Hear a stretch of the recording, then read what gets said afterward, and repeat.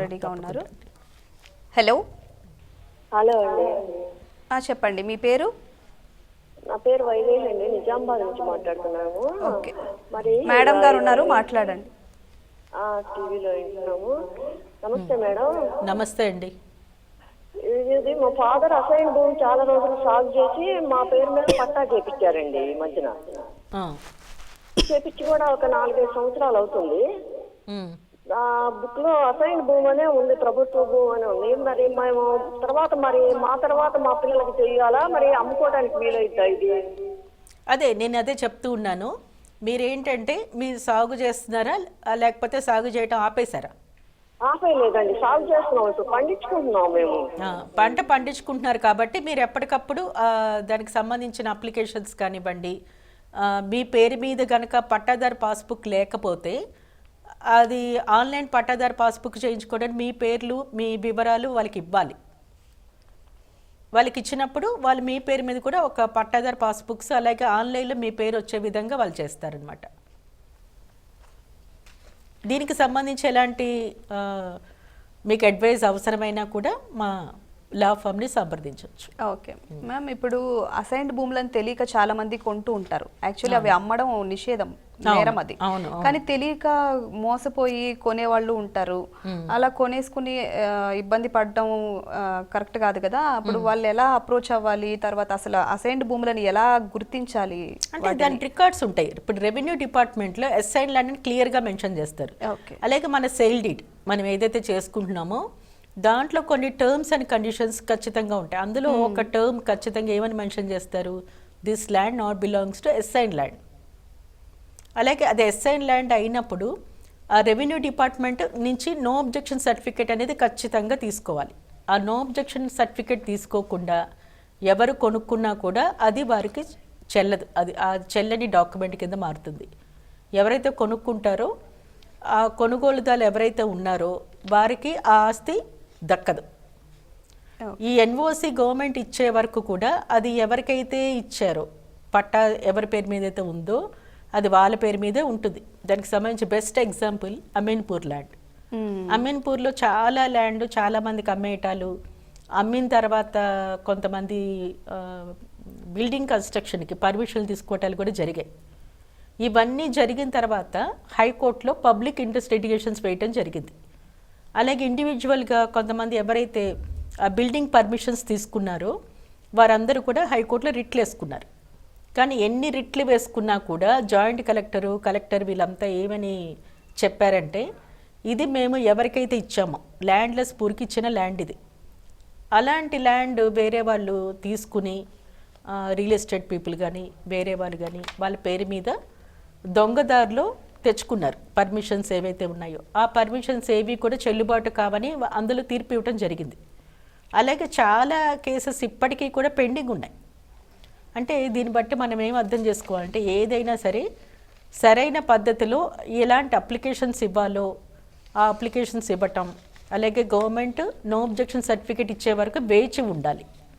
Government no objection ఇచ్చే వరకు దానికి సంబంధించి ఎలాంటి కొనుగోళ్ళు కానివ్వండి, బిల్డింగ్ పర్మిషన్స్ కానివ్వండి, ఇవన్నీ తెచ్చుకున్నా కూడా అవి చెల్లుబాటు కావు.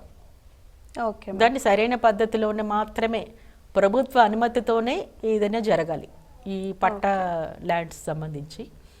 అలాంటి విషయాలు మేము తెలియజెప్పడం జరుగుతుంది వాళ్ళకి. ఈ ప్రొటెక్ట్ టెనెంట్ యాక్ట్ ఉంది కదా మేడం, అది ఎలా వచ్చింది, దానివల్ల ప్రజలకి ఏం ఉపయోగాలు ఉన్నాయి?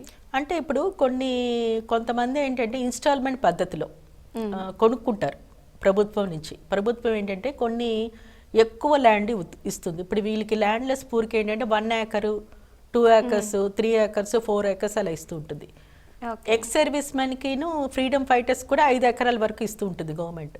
ఇలా కాకుండా కొంతమంది ఈ రైతులు ఉంటారు, వాళ్ళు ఏంటంటే ఎక్కువ 10 ఎకరాల వరకు 20 ఎకరాల వరకు ప్రభుత్వం నుంచి భూమి కొనుగోలు చేయొచ్చు. అది ఎలా అంటే ఒకేసారి డబ్బులు పెట్టి కొనక్కర్లేదు. వాళ్ళు ఇన్స్టాల్మెంట్ పద్ధతిలో ప్రభుత్వం నుంచి ల్యాండ్ కొనుగోలు చేస్తారు. అలా కొనుగోలు చేసిన వారు ఎవరైతే ఉన్నారో వారిని ప్రొటెక్టెడ్ టెనెంట్స్ అంటారు, 38E టెనెన్సీ యాక్ట్ కింద. సో వీళ్ళందరూ ఏంటంటే వీళ్ళు కూడా ప్రభుత్వం అనుమతి లేకుండా అమ్మటానికి వీల్లేదు. ఓకే. వీళ్ళకి కూడా సాగు చేసుకోవడానికి ఇస్తారు. ఇప్పుడు ఒక ఫ్యామిలీ ఉంది, ఆ ఫ్యామిలీకి సంబంధించి ప్రత్యేకంగా కొన్ని కేసెస్లో ఎలా చేస్తారంటే ఆ ఇంటి సర్నేమ్ ఉంటుంది. ఇప్పుడు ఫర్ ఎగ్జాంపుల్ ఒక ఇంటి పేరు ఉందనుకోండి, ఆ ఇంటి పేరు మీద ఆ ల్యాండ్ ఇవ్వటం జరుగుతుంది, పర్సన్ పేరు రాకుండా. ఆ ఫ్యామిలీ ఎంతమంది ఉన్నా ఉమ్మడి కుటుంబంలాగా ఆ ఇంటి పేరు ఎవరైతే ఉన్నారో వారందరూ కూడా ఆ ప్రాపర్టీని అనుభవిస్తూ ఉంటారు. అలాగే వీళ్ళు ఎవరైనా రేపొద్దున అమ్ముకోవాలి అన్నప్పుడు ప్రభుత్వం దగ్గర నుంచి సరైన పద్ధతిలో రిప్రజెంటేషన్ పెట్టి అమ్ముకోవటానికి అవసరమైన కారణాలని ప్రభుత్వానికి ఎక్స్ప్లెయిన్ చేసి అప్పుడు అమ్ముకోవటానికి ప్రభుత్వం నుంచి సరైన పద్ధతిలో పర్మిషన్ తీసుకోవాలి. పర్మిషన్ తీసుకోకుండా ఎవ్వరికి అమ్మినా, అలాగే వేరే వాళ్ళు బలవంతంగా వాళ్ళ దగ్గర నుంచి డాక్యుమెంట్స్ తీసుకుని వేరే పద్ధతిలో బిల్డింగ్ పర్మిషన్స్ తీసుకుని కన్స్ట్రక్షన్స్ చేసినా కూడా ఇవేవి కూడా చెల్లుబాటు కావు. Okay okay. సో ఇది తెలియజెప్పాలి. ఓకే. ఇదితో దీన్ని కూడా మేము అవేర్నెస్ క్యాంపెయిన్స్ ద్వారా ప్రజల్లోకి వెళ్ళాలి, చెప్పాలి అని మేము అనుకుంటున్నాం. ఎందుకంటే ఈ అవగాహన అనేది ఇప్పుడు చాలా అవసరం. అవును, అవసరం. ఎందుకంటే తరాలు మారాయి ఇప్పుడు. అవును. పాత కాలంలో ఎవరైతే ఈ ల్యాండ్ని ప్రభుత్వం నుంచి పొందారో, అంటే అప్పట్లో ఇనామ్ అబాలిషన్ యాక్ట్ వచ్చిన తర్వాత ప్రభుత్వం చాలా భూమిని స్వాధీనం చేసుకుంది. స్వాధీనం చేసుకున్న భూమిని నిరుపేదలకి పట్టా సర్టిఫికెట్స్ రూపంలో అసైన్ భూమిగా ఇచ్చివ్వటం జరిగింది. అలా తీసుకున్న భూమిని చాలామంది ఇప్పుడు ఆ ల్యాండ్స్ కూడా చాలా రిచ్ ఏరియాస్ కింద మారిపోయాయి, కాస్ట్లీ ల్యాండ్ కింద మారిపోయాయి. కాబట్టి చాలామంది రియల్ ఎస్టేట్ వాళ్ళు ఏంటంటే వారి దగ్గర నుంచి ఆ ల్యాండ్ ఎలా తీసుకుందాము అనే దీంట్లో వాళ్ళని అప్రోచ్ అవ్వటం, ప్రభుత్వం నుంచి అనుమతి తీసుకోకుండా వారి పద్ధతిలో వాటిని స్వాధీనం చేసుకుంటున్నప్పుడు గవర్నమెంట్ డెఫినెట్గా వాటిని క్యాన్సిల్ చేస్తుంది. ఎవరికైతే పట్టాదారులు ఎవరైతే ఉన్నారో వారికి కూడా వాటిని చెందనివ్వకుండా గవర్నమెంట్ వెనక్కి తీసుకోవడం జరుగుతుంది, నోటీసులు ఇష్యూ చేసి మీరు సాగు చేయట్లేదు, వేరే వాళ్ళకి దీనికి అప్పచెప్పడం జరిగింది కాబట్టి మీకు కూడా హక్కు లేకుండా మేము తిరిగి స్వాధీనం చేసుకుంటున్నామని నోటీసులు ఇవ్వటం జరుగుతుంది. ఓకే. వారు ఏం చేయాలి, అప్పుడు ఇది మాకు నాలెడ్జ్ లేకుండా జరిగింది, మా తప్పు లేదు అని వాళ్ళు నిరూపించుకోవాలి, ప్రూవ్ చేసుకోవాలి. ఆ ప్రూవ్ చేసుకోవటంలో హైకోర్టులో రిట్ పిటిషన్స్ వేయాల్సి వస్తుంది. రిట్ పిటిషన్స్ వేస్తున్నప్పుడు సరైన పద్ధతిలో సరైన రీజన్స్ చెప్పడం అనేది చాలా అవసరం.